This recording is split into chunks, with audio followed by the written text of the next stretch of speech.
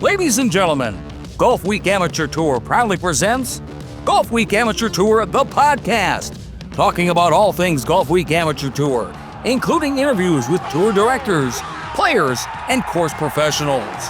Now here are your hosts, Tim Newman and El Paso Las Cruces Tour Director, Chris Rocha.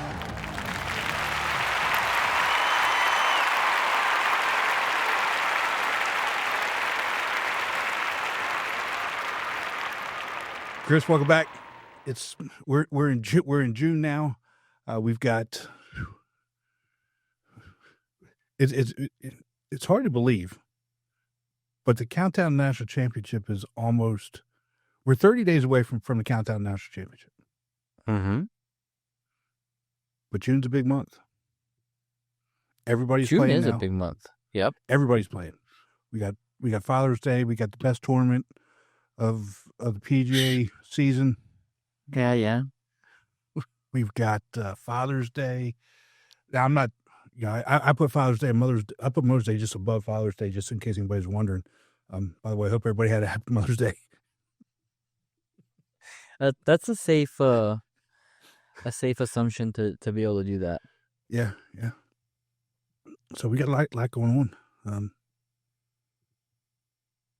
We got some other things that have happened that we'll talk about in the close. I don't want to necessarily talk about it now, but we had a couple members try to qualify for U.S. Senior Open, and we'll cover that later in the episode.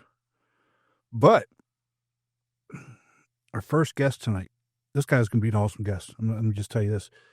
I got to give him a hard time. When we were talking before we started this, he said he had surgery the other day. This is the guy I told you he should have scheduled surgery around our podcast recording. But we got him on anyway. Not everybody thinks about that like we do. They don't. I mean, what's number one?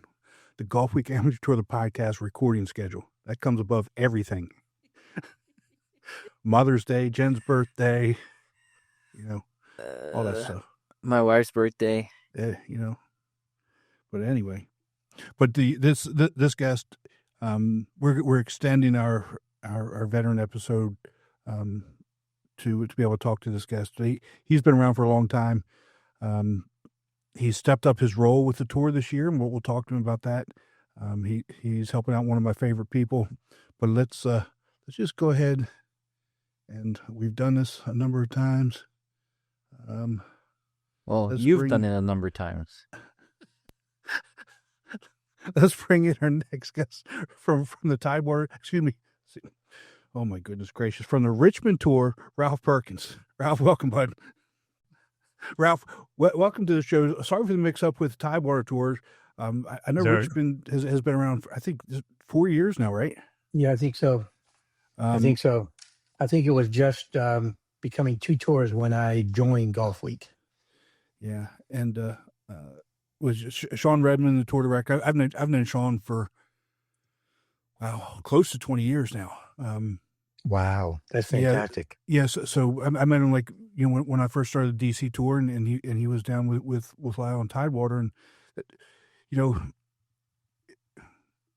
that's not an excuse, because what Sean has done in Richmond over the last few years has been incredible. He does such a good job. And he's turned into a great tour director. I knew he would, be mentored by Lyle, and now he has you to help grow things even further. But this isn't Sean's podcast episode. So I love the guy, and we'll talk about him. But this is more about you. So welcome to the show. Thank you very much. I appreciate it. And yeah, Sean's a great guy. He really is. I love him to death. Yeah. So let's start.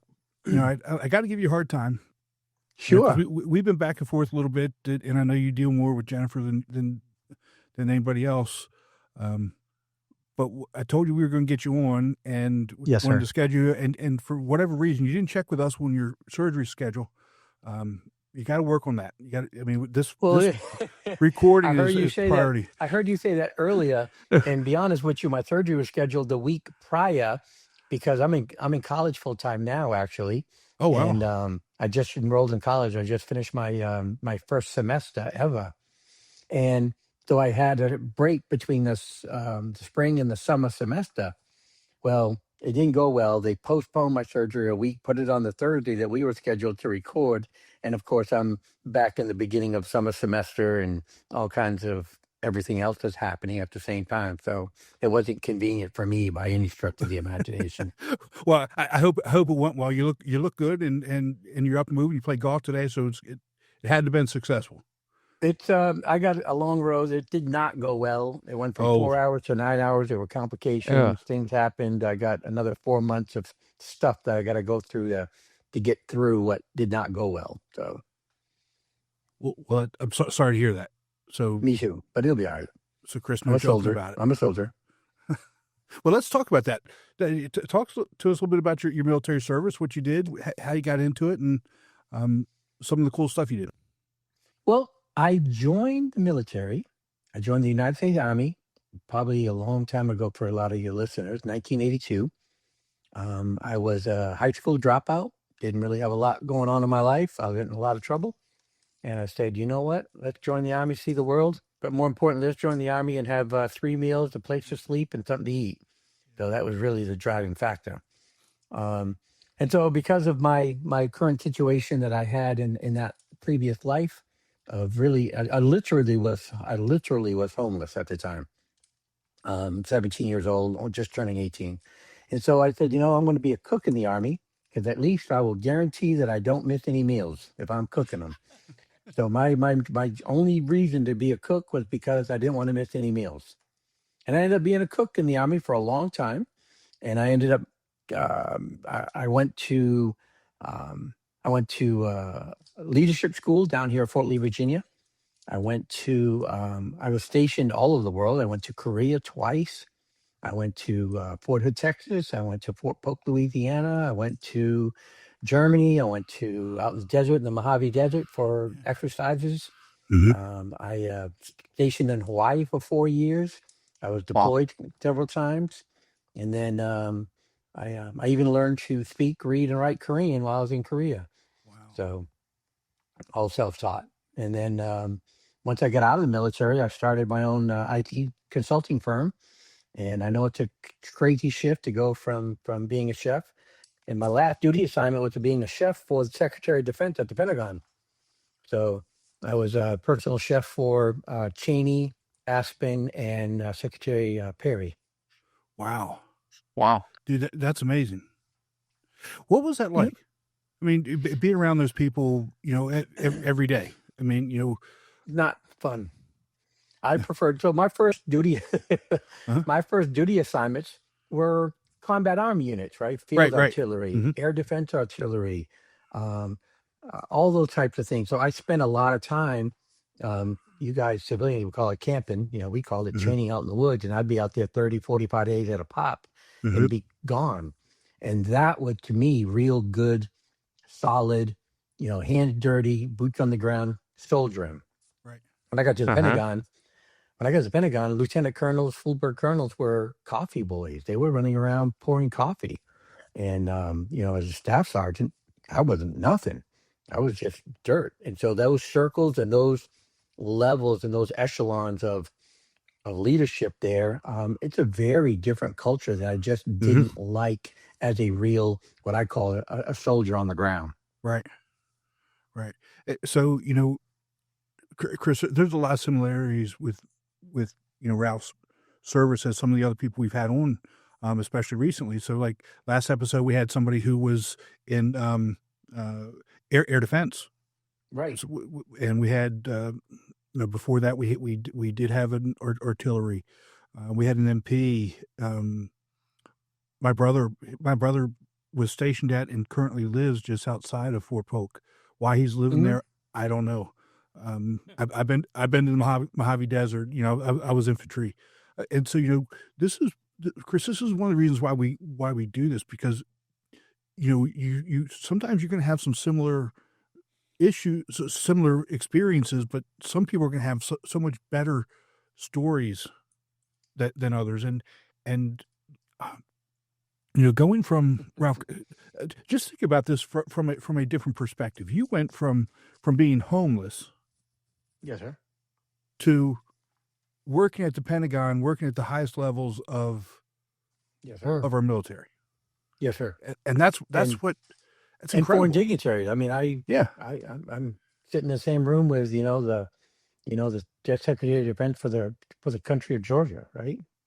For the nation, for Shelley Koshvili, one of our Joint Chief of Staff. I remember serving and talking with General Powell before he retired and before he passed away. I was at his retirement, so I was there when Les Aspin got fired by President Clinton. Wow. Well, you're obviously there for 9/11. I was a civilian for 9/11. Okay. I was a civilian contractor. Okay. And funny story, not funny, but great for me. I worked from home that day. Oh, God bless you. That day is the day I decided that the day before that I had things I needed to do, and I worked from home. And the director of our program in the IT shop there, he passed away. Mike Fells passed away that day. My director that day. Wow. That's probably the closest story we've ever had on our show. Yeah. And it's It was crazy. It was absolutely insane. So Cephas, I don't know if you know Cephas. I know Franklin from- Cephas. Yeah, Cephas Okay. is good people. Yeah, and he's retiring soon. Yes, sir. Like it could be like in the next week or two. Yeah, I know it's super coming up proud of soon. him. And I know he works at the Pentagon. I don't know if he was there at 9/11 or not. Yeah, I was there as a civilian, and I was Yeah. deployed to Iraq twice as a civilian. Wow. That's amazing. Where was your favorite place to be stationed at? Hawaii. Okay. By Don't far. blame you. Yeah. Don't blame you. By far. It's where I started playing golf. I was in the Okay. Army, and I started playing golf when I got to Hawaii. And it was by far my favorite place to be. I had my daughter, actually, my oldest daughter, 8 years ago, sold all this stuff and moved back to Hawaii. She's living in Maui right now. Good for her. Except for Mike, you probably don't ever really get to see her because that's a Go hike. I've seen her a couple of times. I've gone Yeah. up to my granddaughter, but I love Hawaii. I love going to visit. I love Mhm. the island. I love the island life. It's just fantastic. Yeah. So do I. Well, Chris was there. You're going to come up. You were there. Was it last year? Last July? Last July, yeah. Yeah, the golf course on the base on Schofield Barracks that I played on all the time. I lived a mile and a half from the first tee box, Wow. and it's been destroyed and it's now housing. Mm-hmm. What's your favorite story? That can be told. Gosh, That can be told in my favorite story that could be told. Gosh, my Army stories, because you can go hear some of these stories on my podcast. It's definitely a different venue and a different audience, but the That's what I like to hear, Ralph. That's what I like to hear. Now we're getting there. It's no, because my story is very, very interesting if anyone ever wants to take the time to learn about it. And there's so much to it. A lot of people look at where I live at today, how I live today, and they would never imagine that, that I was, homeless, eating out of garbage cans at one point in my life. And that, I never went to college until 3 months ago was the first time I never graduated high school. I've never had a diploma. And I'm 60, I'll be 62 in September.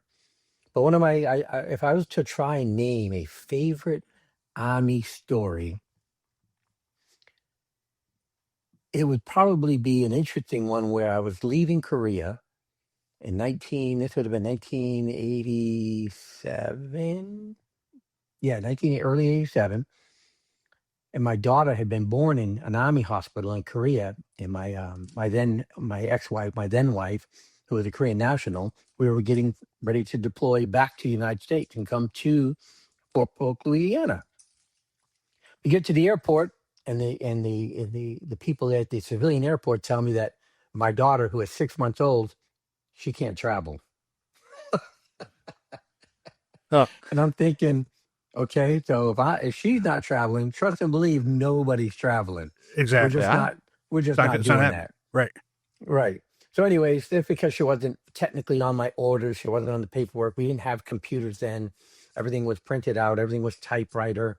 And so we went down to the USO. There was some military people down there. They got my orders reissued real quick. And then, of course, my then wife, whose English is poor, and my Korean wasn't as good as it is today.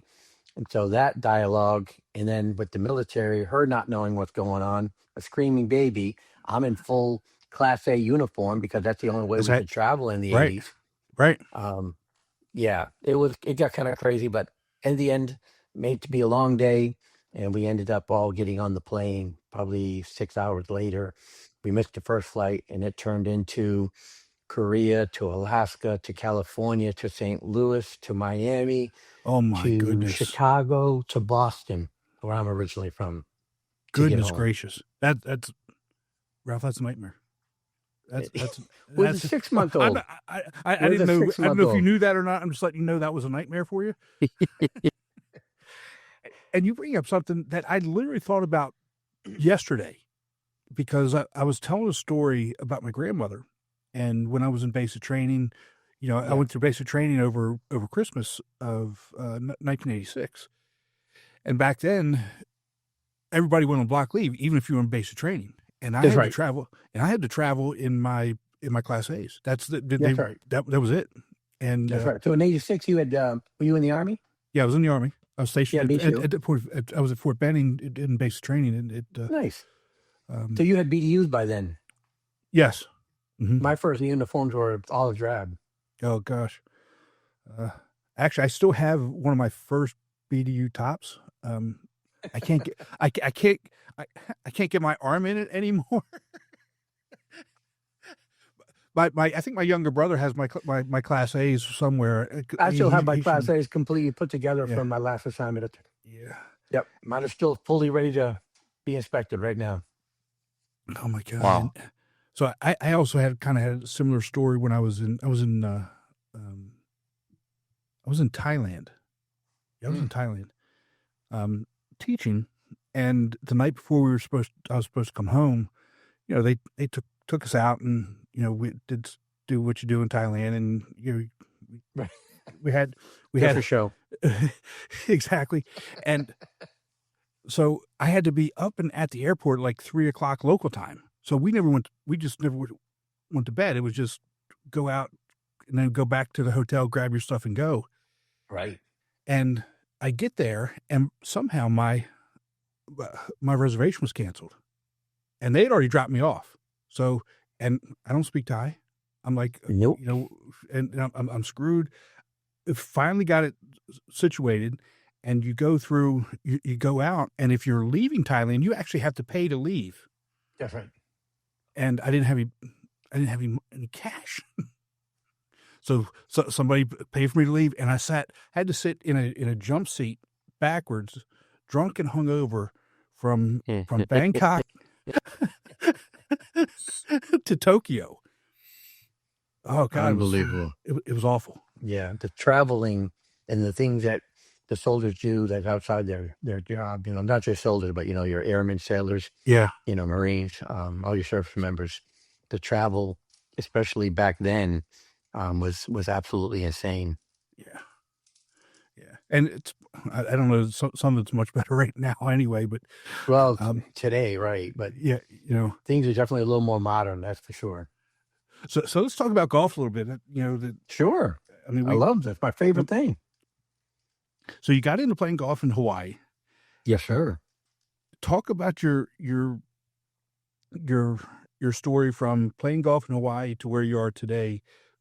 Being assistant tour director for the Richmond Tour. I'm going to do this really fast because that in and of itself could be a show because it is really a fantastic story. Because I started playing golf for all the wrong reasons, right? All the things that you were talking about that you do in Thailand, that's why I started playing golf to do those things in Hawaii, right? Okay, We're just going to leave it there, right? I understand. And so I ended up, getting myself together, so to speak. Again, tune into my podcast, and I continued to play the sport, um, and I loved it. I loved playing it, but I never took it seriously. I never followed the rules. I just enjoyed playing the sport, and I did that for 20. I did that for the next 25 years. I played 10, 12 rounds a year. If I kept score, if I was thinking about it now, it was probably 120, 130, right? Because I would hit 7 off the tee and count it as 1. I'd pick Yeah. it up out of the water and Uh-huh. throw it back on the fairway. That's 2. Uh-huh. Wait, Right? We you didn't can't take do any. that? Yeah. So I didn't do any of the score keeping the right way. So I never had a handicap. I never competed. I had fun at scrambles and just playing golf. And so I call that playing golf. Right. With little Ralph, my youngest son, I have 9 children. I have 6 grandchildren. My Wow. oldest will be 40 this year, and my youngest son is little Ralph. He just turned 6 a few weeks ago. So I have every child imaginable between the ages of 6 and 40. I have grandchildren older than little Ralph. So when I moved here, and we bought this house during COVID, Ralph was born during COVID, I decided that I wanted to become a golfer. I didn't want to just play golf anymore. And so I went online, I bought a launch monitor, and it came in the mail. And about a month later, I bought a nice one too. I bought a Foresight GC quad, sight unseen. Jeez. Didn't even know what I was buying. I didn't know what I was getting into. I just wanted to learn how to play golf. And so I went from that in 2020 when Ralph was born, and I set up a full blown. Eventually, I ended up my little GC quad laptop and net turned into a full blown studio in my home, Mhm. and I went from. And in 3 years, I broke 80 at Mattapani Springs for the first time. Wow. Wow. That's For wild. those who don't know, number one, that's a beautiful course, but it's not an easy course either. So, and I got into the golf simulation world and the IT world. I started building golf courses for the simulation world. So on GS Pro software, there's like 13 different golf courses. I got involved with the Ultimate Long Drive as a result, and I built the game system inside of GS Pro for the Ultimate Long Drive, and started working on getting the Ultimate Long Drive virtual tour director, and getting tours set up online virtually for long drive competitions. Yep. Wow. Wow. So golf. And now I'm in actually the Kaiser School of Golf. I'm actually in school right now to get my teaching credentials. I'm going to become. My goal is to become a PGA teaching professional. Good for Because now you. I'm down to my GIN handicap is a 6, and I think my Golfweek handicap is a 9. Yeah, and that's getting that competition handicap down. That's the one, Yeah. man. I just Mhm. moved back to B. I after nationals, I played really well at nationals. I came in 14th in B flight, and I was in 5th place on day 2. Shot a 79 at Golden Bear, and um, now I'm back. I just moved today back to B because my handicap went from an 8 back up to a 9-1, and I'm not playing very well, so I just moved back to B flight. So we'll let the game take me back to A as soon as I'm ready. But I hit the ball longer now. I've been training my body this year.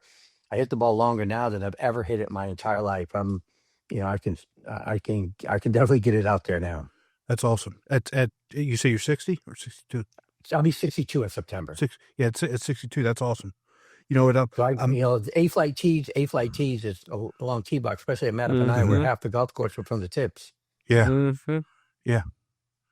So I pulled up the Golf Week schedule, and just so everybody understands, we're recording this way before the episode is going to drop. But you all have a tournament this weekend called the Teddy Two Putt Challenge at Yes, Hobbs sir. Hole. Hobbs Hole. What is that? Is Teddy Two? Is that He's a dog. Teddy's a dog, and so we do for charity for an animal shelter, and we Nice. have people to bring dog food, cat food, or whatnot, and then as a tour, we make a big donation to the local animal shelter, and then every one of our all our winners pose with Teddy, who's there at the event. So not only do they get their trophy, but they get to hold Teddy and pose with Teddy as well. How about that? And Chris, that was not a setup. I had no idea. That's Ralph. That's a phenomenal idea. Yep, that's really cool. And you've got, and we you've do got one guys for the we do another one that's coming up. The Chesterfield is for the food bank, and we do donations for perishable, non-perishable food, and we make a donation to the local shelters as well. So we try to do community-driven stuff in the Richmond tour. And you got people from DC, from Richmond, and Tidewater. That's right. That signed up right now. That's and right. If you could do me a favor, because this is the first time I've seen his name in a while, and I heard he wasn't doing real well. But Roger Munoz, the Champ Flight player. Yeah. Will you please tell him I said hi? I absolutely will. He just I love that joined back guy. up.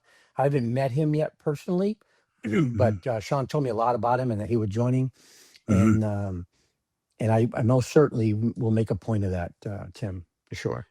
You talk about, he and Sean could be the same person. I mean, they're just genuine, seriously, genuine people, good people. Do anything to help you. And I've known Roger for like 15. Jen, how long have we known Roger? I got my wife sitting right here. Come on, say hi. Sitting or standing? She's standing. She's like, I'm inviting you in. Come on in. Come on. There you go. Hi. How long have we known Jen. Roger? Who knows? Oh my goodness gracious. We've known him. Could be close to 20 years. I mean, Yeah. we've known him for forever. We've known him for a couple. Such a good guy. And last time I talked to Sean, he said that Roger he had some health issues, and that's why we hadn't seen him. So, Yeah, from what I understand, that he's doing a little bit better, and that's why he's back on tour again. So he did join up, and I think he joined both tours there too. I think he joined the senior tour and the Richmond tour, if I'm not mistaken. that wouldn't surprise me at all. But you've got let's talk about senior tour because again, this is the first year that you all have taken over the senior tour, right? That was It is. It's actually the first time that I've ever played the senior tour. okay. And the only reason, so Sean, when he asked me to, so last year I helped Sean quite a bit, but this year he wanted to transition that into a more official capacity to allow me to do and help in other areas I was limited to because of, rules, compliance, NDAs and whatnot, and everything that governs, Golfweek from the headquarters perspective. And I get that, especially working at the Pentagon. I get NDAs and what you can and can't see in classified material, right? Right, exactly. And so he then told me it was going to be for 2 tours. And I said, wait a minute, 2? What you talking about, Willis?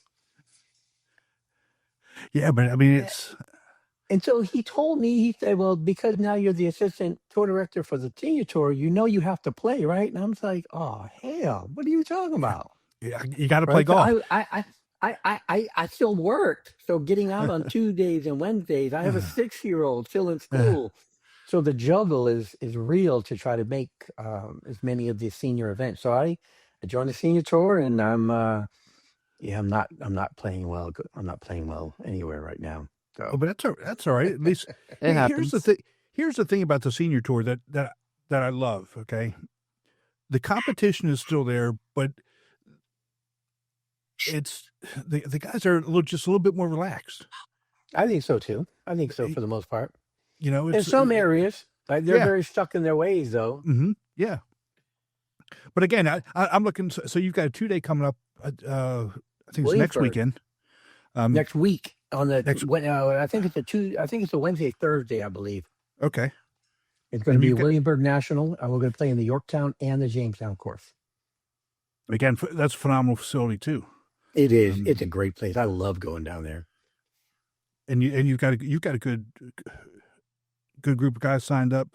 Kevin Martin, I haven't seen him in a while. Yeah, I know. I like Kevin. He's good people. So that's Chris. This is the one thing, and Ralph. This is the second year that I haven't been a tour director. Okay. Wow. Yeah, and the one thing I miss is tournament day and seeing all the guys. Right, I can imagine.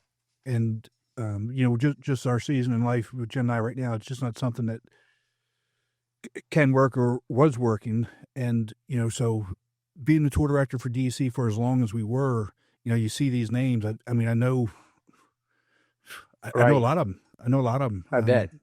I and can so only it's- imagine that. So we got to misses tell it. everybody, I do. Let's put it this way. I miss tournament day. I don't miss all the other stuff that you have to do. The Amen. backroom stuff. Well, I guess you Amen. just gotta start playing now. Everything that all the stuff that nobody sees. Exactly. Well, and Chris, here's why I don't play. And we talked about this the other day. I got grandkids. Me and too. to me right now, just where I'm at, there's nothing that I'd rather do than play with grandkids. And so Right.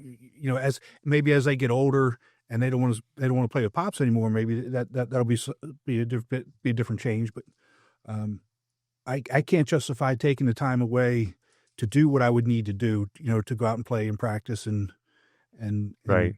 take up that time. It makes perfect sense. So it is what it is. It makes perfect sense. I mean, the only way to get better is to continue to play. Yeah. And the only way, especially, as we get older, I have to spend a lot more time training my body, training my core. I've really put a lot of work into my physical body to be able to continue to swing and to actually get longer. And I would need a lot of work, Ralph. I would need. So anyway, well, Ralph, thank you so much for spending some time with us tonight. First, tell us, you never told us the name of your podcast. My podcast is called Never Out of Bounds. And Okay. It's an analogy with golf and life. I talk about my life. I talk about my journey and how my life and my journey and my struggles can be used to help teach others, show others, and to let people know that just like in golf, when we play golf, if you hit a ball out of bounds, you're not really, the round doesn't get over. You don't just drive to the parking lot and Right. go home. You Right. drop another ball and you do your best from right where you are, right there. So no matter where you are in life, you're never out of bounds. I like Exactly. Love it. Ralph, I love that. it. Well done. Well, again, thank you so much for joining us tonight. I appreciate it. I appreciate what you do. Thank Thanks you for for your having me. service. Tell your family I thank them for their service as well. And Amen. we'll see you soon. I look forward to it, Tim. Chris, thank Buddy. you guys so much for having me. All right. Take care. Let's take a break from the show to hear about Srixon's ZX Mark II drivers. ZX Mark II drivers are for major players, major winners, major power. All new ZX Mark II drivers, only from Srixon. Tim, it was a great conversation with Ralph. Great way to end our May memorial and recognition. I don't think we've ever gone an extra episode with it, so Ralph's special. He is. And interesting dude. I probably knew that he had his own podcast, but I'm not sure if I knew. Because we've talked a number of times, Ralph and I, but I had no idea that his kids were spaced out in that age range either though. Right. Somebody needs to Bless sit down his and have a heart. talk. Somebody's got to talk to him about that. And there's Yeah. Bless his heart. I mean, that's got to be tough, but what can you do? Yep.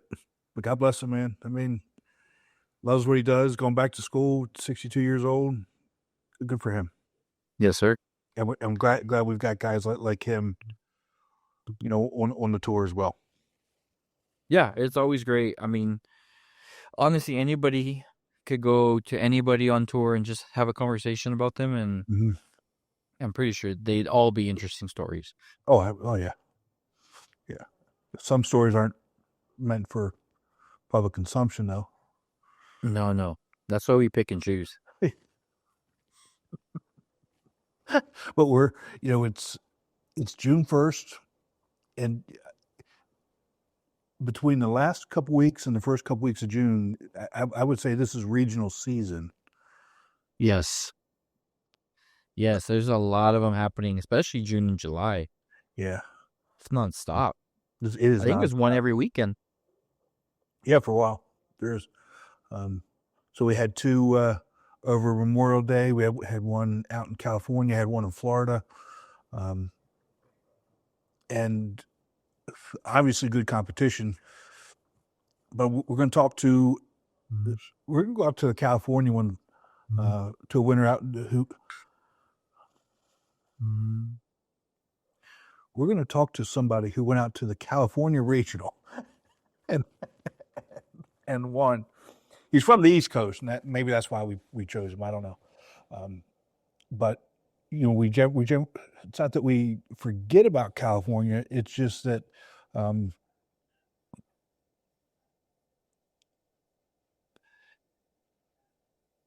maybe we do forget about California. I don't know. Maybe we should. I wasn't gonna interrupt that. I was just kind of seeing where that went. Yeah, me too. I'll think about California a lot, though.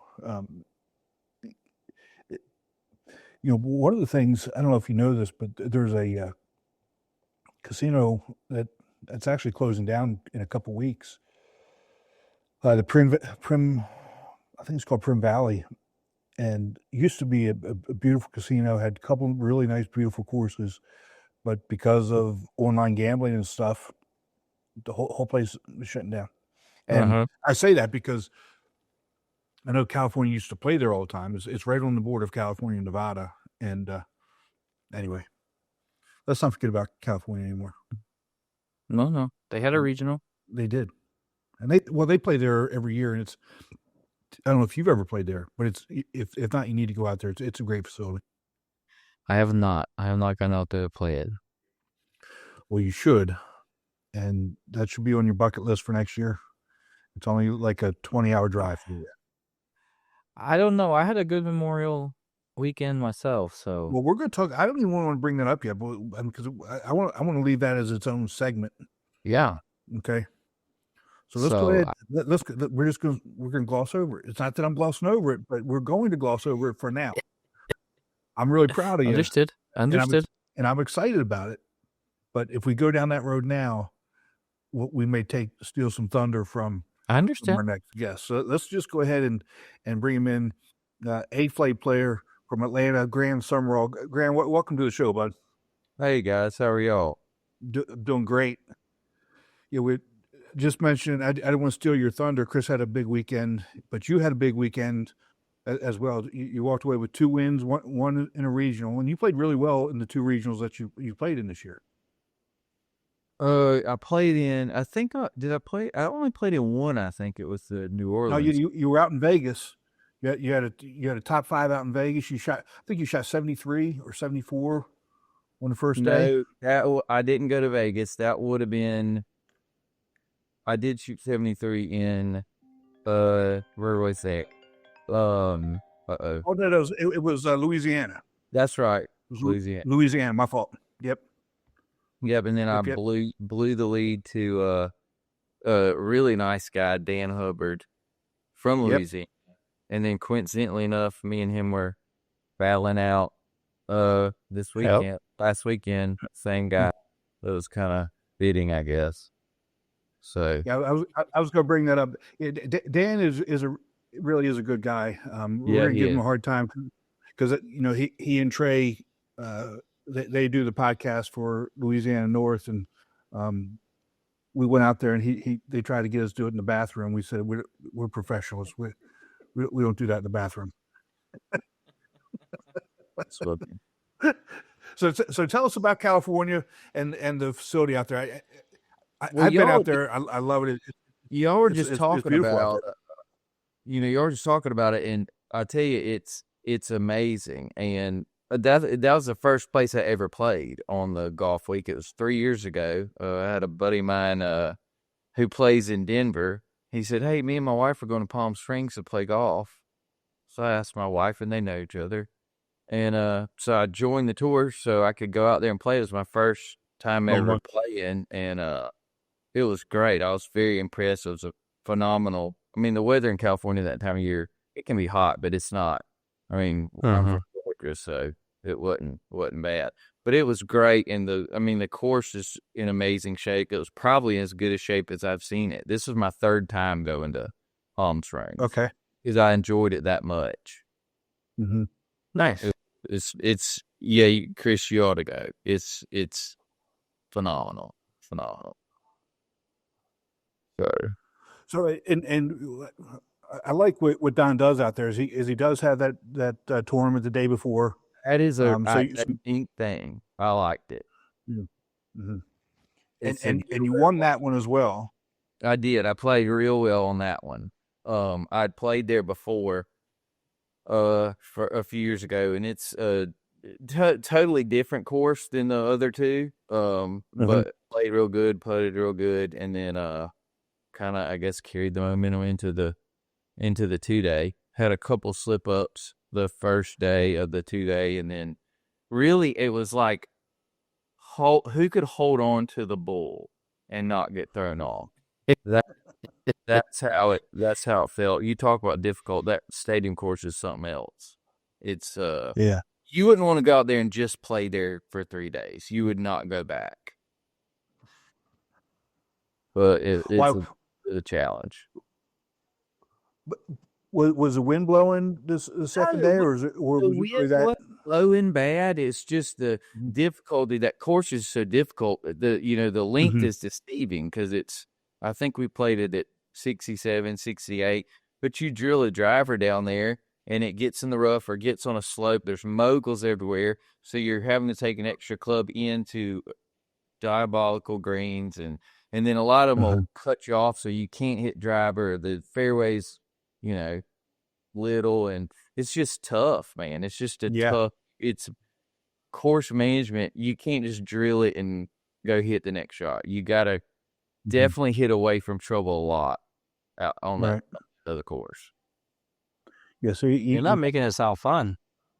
It is. It's different. You know what I mean? It's like it's challenging. It's fun to get through it. It's just it's just not easy golf course. Some of them you play they're easy. I thought that New Orleans, that TPC course down there was also in great shape, phenomenal shape. And I don't mind a bad course. When the course in great shape, if it's tough, it's just tough. But it's not going to be because you got a bad lie or the bunkers aren't raked or something. I mean, it's just a hard golf. It's hard. Yeah. So, Chris, it's more like a course that you would be used to, kind of like Arizona. It's more like an Arizona course. So when you look at it from the perspective of you talk about going from El Paso to Hilton Head, right? Right. It's probably a bigger difference going from Atlanta to out west to play those courses for Gran. I'm sure. It's night and day when you go from East Coast to West Coast, and I mean, I call it the Dallas line, where it's from Dallas all the way up north. West of that is all you see is desert courses. Every now and then you might see, in the mountains with trees and whatnot, but it's a whole different ball game. It is. So this is the third time you've been out there. Does he do the same rotation, or does he? No. So the first time, it was the Nicholas tournament course has been in the rotation all 3 years, or the 3 years I went. I skipped 1 year.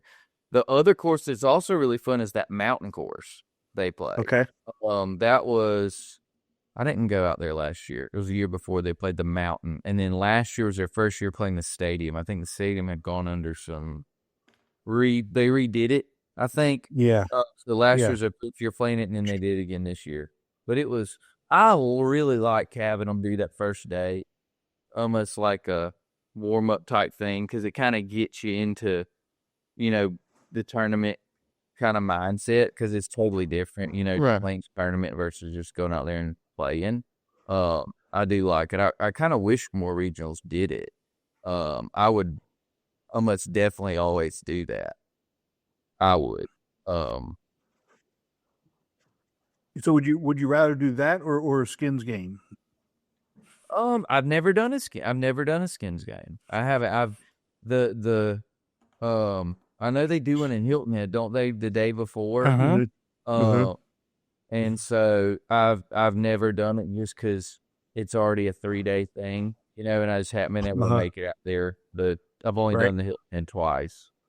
But I don't know. I've never done the skins, and that could be just as fun. Yeah, so I do know that some people do a skins game, and I think that the trend is moving towards more people doing a tournament than a skins game. I think Florida did so Florida's regional was the same. It was Sunday, Monday, and they did a tournament on Saturday as well. I think the regional at Virginia Tech, I think they do a tournament on Friday. But I think that's more the trend of moving towards a tournament as opposed to a skins game. Mm-hmm. Yeah, I like it. I just think it's I say most people. I mean, I guess there wasn't a lot from the East Coast at this one this year and a lot of those California guys driving us, the Vegas guys drove up. I've played with them a good bit, Randy and Jody and some other guys. They always drive over. For me, I can't drive. I'm too far. So I had to, hop on a plane. So I'm there anyway, so I'm going to either go to a practice round, and I'd rather play. It's kind of part of why I like this tour thing. It's I was thinking about it. I'm fortunate to get to go this one because it was my birthday. So Monday was my birthday. So my wife asked me what to do on my birthday. I said, well, let's go out to Palm Springs. She said, that sounds good. You want to play golf, don't you? I'm like, yeah. Well, I could go out there and play golf. Yeah. But, I've met a lot of these guys rather than going and randomly get paired with, randos every time. I get to go play with people, meet people, and that I'm going to see and get taught to, and it's just, there is a little bit of camaraderie there now that I've done it, for a few years that I think adds a value for sure. Well, you talk about there's not a lot of East Coast players went out there, but if you look at the winners, and so like Champ Light, Matt Green from Cincinnati, Dayton, Midwest. I talked to him. I mean, he's a phenomenal player. I don't know if you got to see him play at all, but there's you from Atlanta, Dan from Louisiana North finished second. There was a guy from Arizona, Mark Goodwin, won B flight, but another Cincinnati Dayton finished second in the B flight. And Milton Tyrell from DC won the C flight. And then Mark Collins from Arizona won D with my friend Colin Dooley finished in second in D. And I kind of I love that it wasn't all West Coast people that won, or when let's just say when one tour hosts it, it's great that people win, but I like seeing multiple tours going to regionals and winning as opposed to the tour that's hosting it winning 4 out of 5 or three of the 5. I think that draws more people to wanting to go back as well. Sure. Yeah, so, it's probably my favorite. I'm trying to think how many regional I've done. It's definitely probably my favorite. I enjoy Scottsdale too. I've done that one a couple of times. That one's a great one. Those two courses are always in phenomenal shape. I mean, you just not where I'm from in Georgia, you're not going to find courses that immaculate. You're just not. And just to be able to go out there and play those, and it's a pleasure for sure. Where in Georgia do you live, Grant? Right in the middle. I'm about 90 miles south of Atlanta. Okay. So we're only about 3 hours from Hilton Head. So you can drive over there. Obviously those courses are great. But as far as, playing week in, week out, it's a pleasure to get to go play some of these places. Yeah. Yeah, you're almost kind of in no man's land to get to a regular weekly tournament. I mean, it's there's no tours through Atlanta. I'm a member Augusta's of 2 hours. Yeah, and I got Augusta. I've played in Jacksonville's when they played down in Valdosta, but Jacksonville's not anymore. And Hilton Head does a lot of Mondays, because I don't know why. And Monday is, I do have to work at some point, so Monday's pretty tough. But yeah, the Atlanta ones, I mean, I don't know that I've played in probably 3 of them because they're mostly at Atlanta or north and north. Trying to get through that. It's hard. That's ish. Well, you're going to burn 45 minutes to an hour just sitting in traffic going from just south to just north, let alone getting to wherever the course is. Yep. Well, it's funny because me and my wife were talking about what we're going to do, and I met Terry last year, I think. He's a character. I saw y'all talk to him a few times ago or a few podcasts ago, but I almost went down there and played in that one. Okay. And the only reason I didn't, I told my wife, I was like, we got to get on a plane either way. I can't drive down there. So it's just another hour to fly, hour and a half to fly out to California. So that's why we decided to go out there. Right. But anytime you can hang out with Terry, you're going to have a good time. Terry is funny. So there's about 4 of us from Atlanta. They're all 3 Bennett's, 2 Bennett boys. Yep. And so they tell me about Terry. Tell me they met Terry. Said, okay, so last year there was a weekend I didn't have anything to do, and another buddy of ours that plays, I think my wife was out of town. I said, let's go down and play. There's a 2-day down there at the PJ Village. It was sometime July. So we fly down there and went and played in it. Well, we walk up to register, and I see Terry. I'd not seen him. I'd only heard about him. He looked at me and goes, y'all must be the Georgia boys. I looked at my buddy. I was like, I don't have a Braves. I have nothing. He's like, I can just tell. But we hit it off after that. So he's a character. Yeah, he really is. He's a lot of fun to hang out with. A lot of fun to play with. Yes, he is. There's some people, and Chris, you can attest to this, that we've just I've known Terry longer than we've been doing the podcast, but there's some people that they make your sides hurt. Once they get it going, and there's things that we've talked about that there's no way we're putting on here. Yeah, and Terry's one of them. There's we can go right on down the list with some. That's of them. a long list. We don't got time. But I can't say enough good things about Terry. He knows that, but those are the type of people that really would attract you to. You know what? I'm going to go down and play with Terry. Oh yeah. I'm going to go. That's one of the good things about this tour and some of the tour directors. Oh yeah, he does a great job, and I know he's working hard at it too. You can tell. Yeah. He cares very deeply about the tour, and it's he's finally at a point. I don't want. This isn't the Terry show, but he's finally at a point where he's retired. So he was working in Hilton Head, or just outside of Hilton Head. So he would drive up on Monday, and then drive home on either Thursday night or Friday morning, to run tournaments. And I've done that, for years as well. But he's retired now, so now he can spend some time really doing the things that he wants to do and growing the tour. So, Anyway, well, when's your next? When you playing again? That's a good question. We discussed the group I usually go with. We've discussed going down to that hammock and playing down there in August. Okay. Yeah, that's one of the newer ones. That's one of the newer ones. They've played there before. The Bennetts have played there before, and I've always said we need to go down there and play.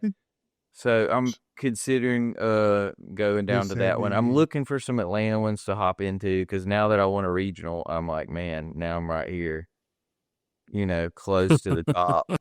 So I might as well start trying to play in some Atlanta, even though I'm going to have to get in traffic. Yeah, so there's there's a couple. There's even more than that live down there. Who else is down there? I'm thinking about. There's one guy that lives down all the way down in Valdosta. Yeah, Valdosta would be a tough place to be because Valdosta is about an hour and 40 minutes from me. Yeah, it's Jeff. Oh my gosh, what's Jeff's last name? Known him for years too. This will wake me up at 3:00 in the morning, Gran. That's okay. But I mean, it's where you're at. It's just so hard, and Chris, this is part of the issue. So, when I was teaching at Georgia State and having to commute from Hilton Head, that's I know the drive, and I know it, and it's you get, let's just say you're 45 minutes south of Atlanta, and when Jen would come with me, she would start cussing before we even start hitting traffic. Here comes the bullshit. Yep. Here comes the. This is the last time I'm coming. Yep. Yeah. It's for nothing. And so and so for you, that's really that's an all day experience. By the time you get there and sit through traffic, play the 5-hour round and drive back, it's we leave at 7 and we're home at 9, 10 o'clock. Yep. If we wanted to go do Atlanta, we've done a couple of them like that, and that's how it works. Mm-hmm. Yep. So if you try to pick them where you don't have to go through Atlanta, if they have one off to the side, we'll try to, get one of them. But yeah, that makes it tough. But again, I mean, the beauty of being able to play at any of them and all that, for the most part, the regionals and where they have them are usually in places I can commit to my wife to, go visit. And exactly. It gives you a good excuse to go. And like I say, playing for competition in golf is really, you can always get to a point, but until you're playing tournaments, and I'm not saying I'm going to go try to qualify for anything, I can tell you I'm not. But, even at this level, it just, there's other aspects of golf you don't really get good at unless you're playing in a tournament. It doesn't matter what tournament. It can be a local, club championship, whatever. You've got to mentally buckle down for those. Right. I mean, or it gets away from you quickly. Absolutely. And but again, you've done really well this year. I mean, you've shot some pretty good scores. Yep. In those tournaments too. Yeah, and it's all been different too. Some of them are. I mean, I didn't know where my driver was even going in New Orleans, and somehow put together a good round. And then some days you strife it and not one single putt goes in. And so I decided, you know what, I'm going to chip and putt this year. That's all I'm going to do, and I don't care about the rest of it. So at least if I'm close to the green, I can make par sometimes. Right. So, and it's definitely got my game a little more consistent. So hopefully that continues. That's all you need. Well, Chris, that's what I tell you to do all the time. Don't worry about the driver. Chip and putt. Right. No, I agree. But and pick a side. That's the other thing. My driver was going 2 ways for about 6 months, and I'm going to tell you there's nothing worse than that. Yeah. Yeah, I got it going one way for 3 days in a row, and that helped a lot. It was just, sometimes it was a lot right, sometimes it, but picking a side and chipping and putting is really, what it comes down to. Exactly. Well, Grant, thanks so much for spending some time with us tonight. I really do appreciate it. And my guess we'll see you in Hilton Head this year. Yeah, I'm going to go to Hilton Head. I'm going to go this year. Yep. He's a regional winner. He better. Yeah, I'd feel bad not going now that I already qualified so early. Usually it comes very late in the year when I qualify. So now that I've qualified, I already told my wife, I was like, hey, we're going to have to go now. So yeah, just book it. Just book it. Yep. It's going to happen. All right, my friend, we take care of yourself, and we'll talk to you soon. Absolutely enjoyed it, guys. Y'all have a good evening. All right. You too. Let's take a break from the show to hear about Srixon's ZX Mark II irons. A great iron set needs more than good looks. It's got to be fast and got to be pure. But good looks never hurt either. The all-new ZX Mark II irons from Srixon. Tim, Gran going to California, all the way from Atlanta, winning twice. This California regional, we've had a couple winners back, a couple years in a row on the podcast. Maybe I'd use need to go up there, get my first regional win, call it a day, and maybe more will fall from that. Maybe. I don't know what it is. None of the California guys are winning. I It's know. always people from out of town. I know. I love that. I love that. I mean, I think it's awesome. Yep. Did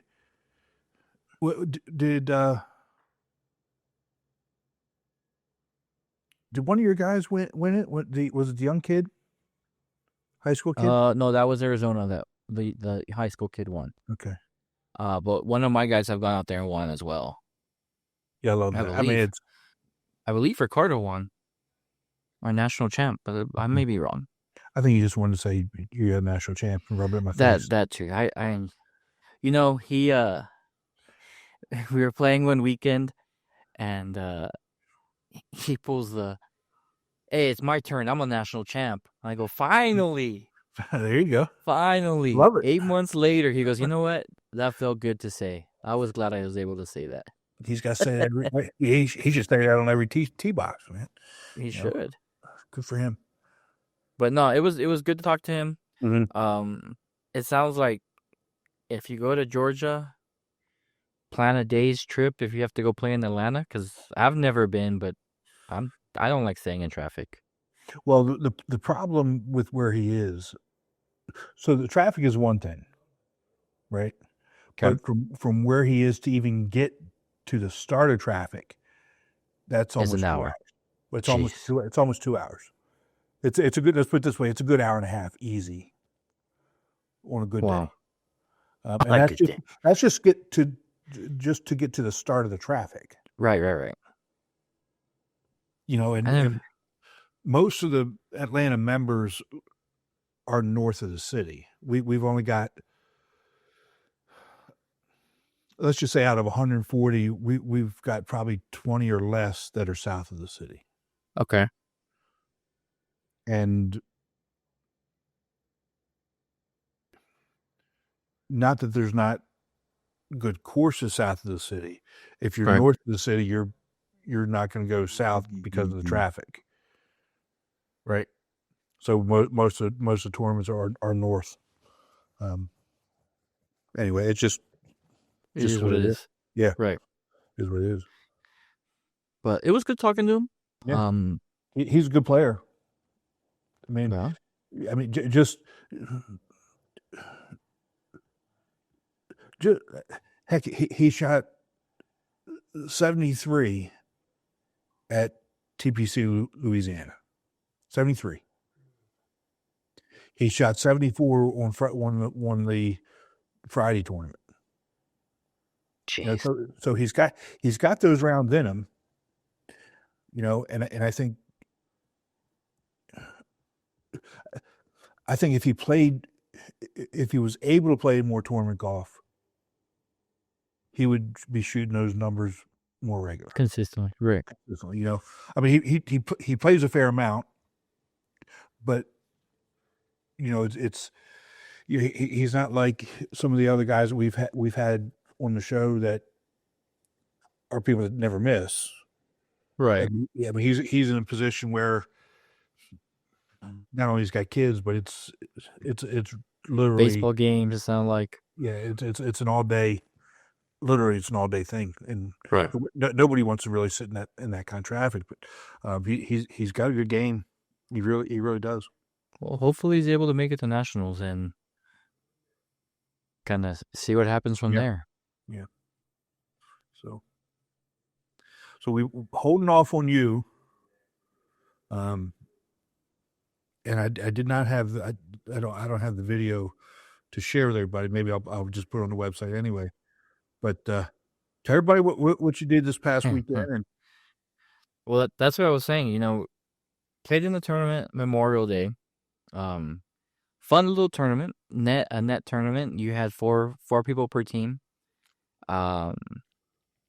And on one of the par threes, I got my very first hole-in-one ever.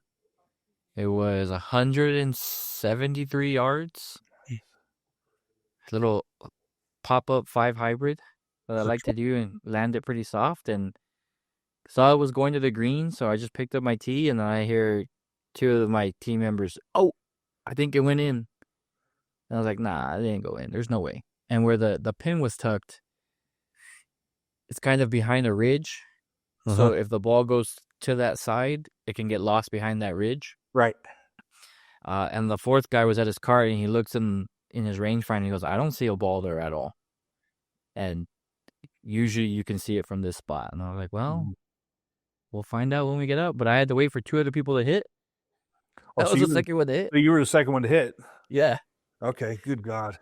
And it's this tournament, you get an orange ball. So the orange ball has to be played by somebody different every hole. Okay. And then the other 3 are the best net score out of those 3 count. So I was one of the 3. So kind of felt bad that the other 2 didn't get a chance to putt out or anything, but I don't feel bad. Did you get a stroke on that hole? I did not. No.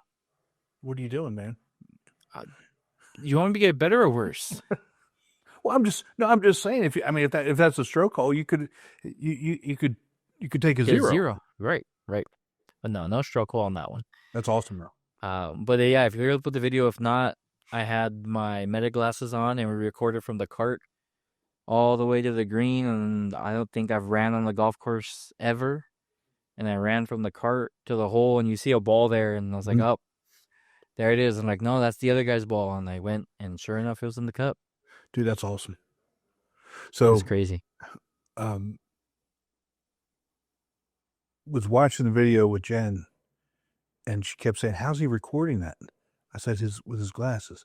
She said, "Those aren't glasses." I said, "Yeah, there's glasses." She didn't believe they were glasses first, but yeah, I mean, it's awesome. It's cool. I think my heartbeat was just racing for 3 more holes. And my teammates were like, "Hey, we still need you here. We still need you to play." And that was like, I pulled my weight. That was the 8th hole that we played, so we still had a whole round to go. How'd you guys do in the tournament? We won the net. We went -15 on the net ball, and took second on the orange ball. Okay, so not terrible, but that's what I'm saying. Now I have a tournament I have to play every year in Memorial because it's a memory to that. That's right. And the clubhouse was telling us that that's the hardest par 3 out there, and that not everybody gets hole-in-ones on that par 3 just because of where they put the pins. And one of my partners has had 2 hole-in-ones on every of the other par 3s and 0 hole-in-ones on that one. How about that? And I'm like, what course was it? Picacho Hills Country Club in Las Pikachu. Cruces. You were playing Pikachu. Yeah. All right. And I was testing a new golf ball too, so it was all different stuff. So I might end up switching golf balls. We'll see. What ball was it? The Chrome Soft Callaway. All right. So you sent Callaway something? Say, hey. I tagged them in my post, and I looked online, and they'll let you print a certificate. So I'm just like, really? Just a print?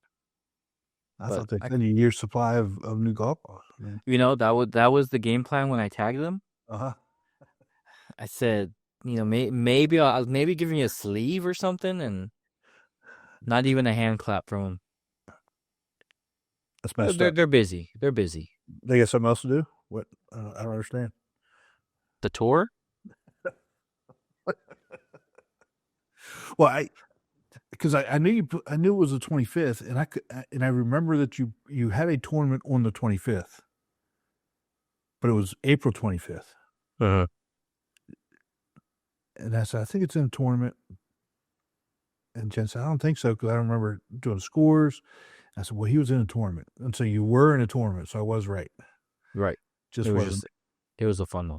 Fun tournament. Well, I mean, I try to avoid Memorial Day tournaments because people travel. Yeah, people travel, right?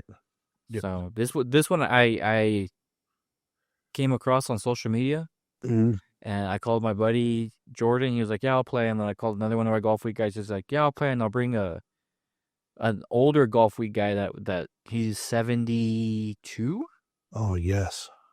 and he was like, "Yeah, I'll play." He's Senior tees. Nicely done. no, he wasn't. He wasn't. No, 75 was senior tees, Oh, that's but best. but he was out driving us all. He is a stick. He was a +2, I think. Okay. He can hit it. So it was pretty cool. It was pretty cool just to see, that aged swing and straight down the middle every time. I don't think he had one bad swing, one bad putt. It was pretty cool. That's awesome. I guess so if you're 15 under. Right. I helped a little bit. I was a 10 handicap, so I helped a little bit. That's awesome. Seriously. But no, it was a good time. I think besides yours and Dennis's text, I think I sent it to like 30 more people Okay. within for me getting into the cart to the next tee, and they had to tell me, "Hey, we need you to tee off now." I'm like, "Oh, yeah, that's right. We're still playing." Still playing. But it was good. I'm excited. I have the ball in a special place. I'm gonna look online, find me a nice plaque. Yeah. It's my first one, man. Course should do something for you.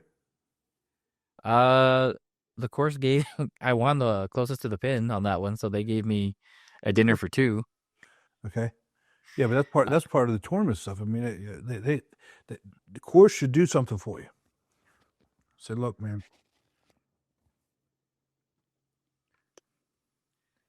Is it? I'm just happy, man. I'm happy.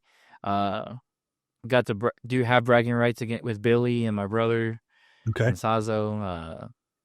Looking online for a nice pair of shoes that they're gonna buy me. So I'm reaping my rewards. I don't want to. Okay. I don't want to dip too much. What did it cost you in the beer tab? Not much, actually. Not much, because half the people left before they announced it. That's too bad. Too bad for them. Yeah. Good for you. Yeah. I mean, okay. So let's put this question out there then. Mm-hmm. You pay for everybody, or just your foursome? If they're at the course when you come in. So you're a pay for everybody. Yeah. Interesting. It's interesting. Because a lot of people that I have asked, they say only for your group that you played with. Yeah. Because they're the only ones that saw it. No.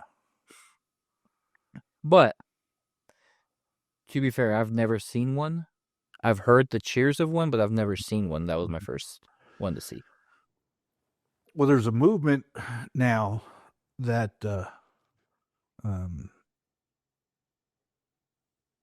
that some courses are doing, and that now I'm getting ready to say I can't remember exactly what it is, but that the course will cover it. The tab. Yeah. Interesting. A couple courses have like created funds, right? Like, so many dollars. Like let's just, I don't know what it is. Right. Like $1 around goes in the insurance fund to be able to cover that course for their members, because it is a private club. Okay. So their members, they take a portion of their dues, and if somebody hits it, all the members have a week to go in there and get their drink, which is pretty cool. Mm-hmm. So all of the members were like, "Are you part of the member club? Are you part of the?" I'm like, "No, I'm just a guest today. Sorry." Yeah, I think when I was a member up here, I think it costs like $50 a year for that, and it's a mandatory fee. I don't care. I mean, what? Maybe you get lucky. Exactly. I didn't, but and I go back and I watch the video, and I'm disappointed that my reaction's real short. Like, it's just a scream and then like in shock. Because I never thought I'd get one. Honestly, I've been close. I've been, 2 inches. I've had the flag hide the ball from the tee box. I've been close, but never actually do it. So when I knew I was going to be in the middle of the green, I just picked up my tee and walked away. Like, I didn't think... First off, I can't see him land anyways. Right. But I know, okay, I'm either in the middle of the green or it's going to roll to the back or whatnot. So it was pretty cool. Awesome. So now I got to have my brother get one. So, because my dad had 2, I believe. Might be 3. So need to get my brother to get one. Is he playing this year? He is. He's playing a little bit. He's going up to the big cedar with us. So we'll see how that goes. You realize that's not too far down the road. I know. A month away. Mm-hmm. And we're driving. Why are you doing that to yourself? Because they don't want to buy plane tickets. Oh my God. It's only 6 hours. That's all it is from Dallas? Dallas. Oh. Yeah, but it's going to take you 2 days to get to Dallas. No, I'm flying to Dallas. Okay. No, I'm not that dumb. Well, why don't you just fly to Big Cedar? Because you have to either fly up to St. Louis or Kansas City and drive down anyways, 3 hours. All right. You do you, man. It'll be a good road trip. I'll be in the back sleeping. They can talk and wake me up when we get there. All right. So is it just the 3 going? No, I have a good handful of El Paso guys going up there. I think last I checked was like 6 or 7 of us. Okay. So hopefully we bring back some hardware. Have a good time. It's going to be awesome. And you? How are you doing? Doing good, man. You look energized and tired at the same time. So we've got, for people who don't know, I'm not in my studio. I'm in Pennsylvania with the grandkids, and we've got, so from when we're recording this, I've got another 9 days before we head home. Wow. It's gonna be time to record another episode. Yeah, so the week I get home, we got to record the next one. Yeah. Yeah. Yeah. And 9 days off. Well, not because it's I got to do a turnaround on this one, but that's gonna be our Father's Day episode. We already got some things planned for that. Mm-hmm. A couple other things that have happened over recently. Joe Jaspers and Brian Quackenbush attempted to qualify for U.S. Senior Open. Neither one of them made it this year, but I mean, again, they made it to the qualifying stage, which is huge. Yeah, and so we want to get see what we can do about getting them one here real soon. Talk about that experience. We got to see who's qualifying for USAMs.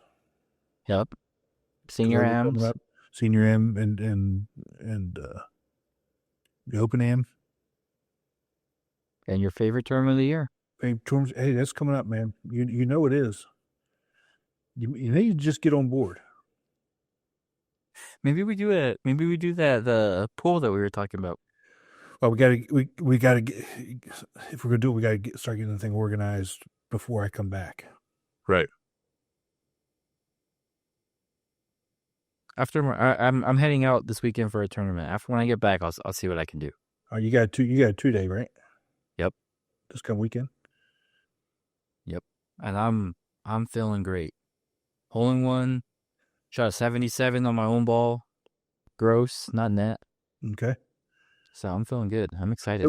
So you shot a 77 on your own ball and you got 10 strokes? Yeah.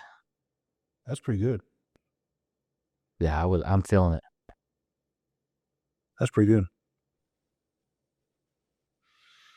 Can't complain. I wouldn't. Nobody would listen to you. I'd tell you to be quiet. I want to hear it. Oh, buddy. Well, that's good. What else going on? Anything? No, that's about it, man. All right. I'm excited. We'll leave it at this. I'm excited to announce what we got for the next episode. So Okay. it's gonna be Me fun. too. Because you won't even tell me. Just messed up. I've told you. Not everything. Yeah, I have. No, you said you got some stuff for Tupac that you're not telling anybody yet. Oh, that, yeah. That So you- got canceled. Oh, it did. Unfortunately, I'll tell you off the air, but All we right. had to pivot. Okay. See, I've been thinking about that stuff. Why won't he tell me? Why? I mean, what would I do? Jen I might get it. hear, and then Jen might tell them, and you know how our rivalry is on the West Coast. I do. All right, my friend. Best of family. Enjoy yourself, and I'll talk to you in a couple weeks. Yes, sir. Be safe. Have fun.